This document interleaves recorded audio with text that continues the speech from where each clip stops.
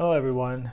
I've had the Filmic Pro app on my phone for a while now, and I like it. It's an app that allows you to have a lot of manual control over your videos, and I think it really has the potential to up your iPhone videography game.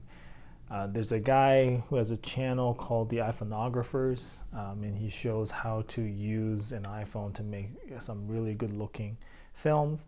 And that guy really inspired me to not feel limited by my equipment, but to use whatever I have on hand. And it so happens that usually I have my phone on hand. So I bought the full app and including the cinematographer bundle.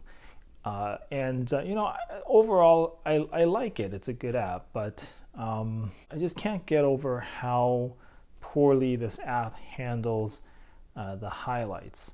And so I wanted to show some examples of video clips that I filmed using Filmic Pro, just showing how it handles, areas of highlight and highlight roll off. It doesn't look very good, and it's especially noticeable on your skin, on your face.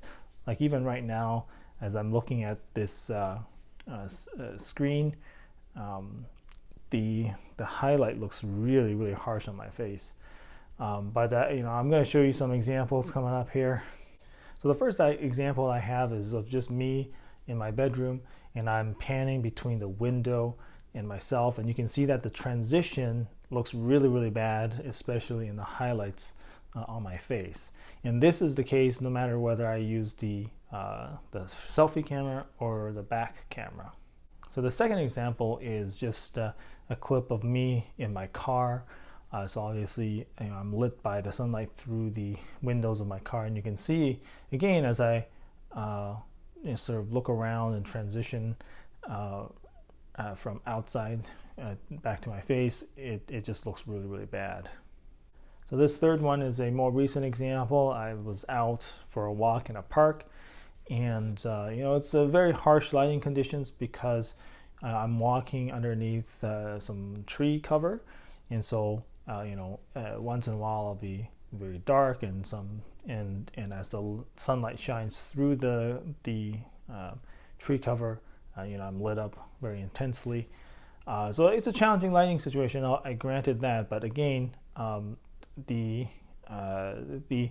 Filmic Pro app just doesn't handle it very well, and by contrast, I find the native iPhone app handles it a lot better.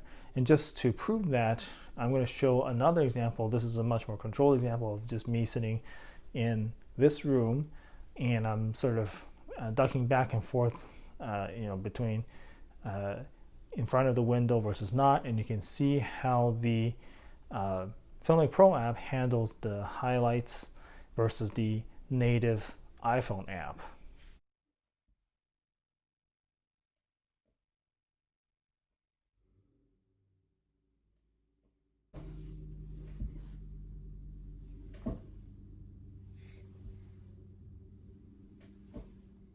I'll even put up a side by side from the two clips to show you.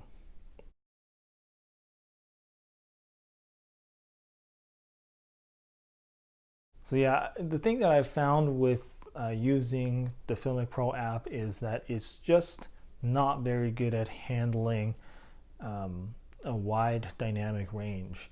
It tends to handle the highlights very poorly. And now some of you might say, well, what if you shot in log? Would that be better? Yeah, I don't think that would make the difference. I find that the log is better at preserving the details and the shadows, and I haven't found that shooting in log improves the highlight areas, but I don't know. I'd love to hear from you guys, and I'd love to hear some suggestions on how to make Filmic Pro work a little bit better for me. I'd love to hear from the iPhonographers to see what they're doing to to actually improve how highlights look in Filmic Pro. That's it. See you in the next one.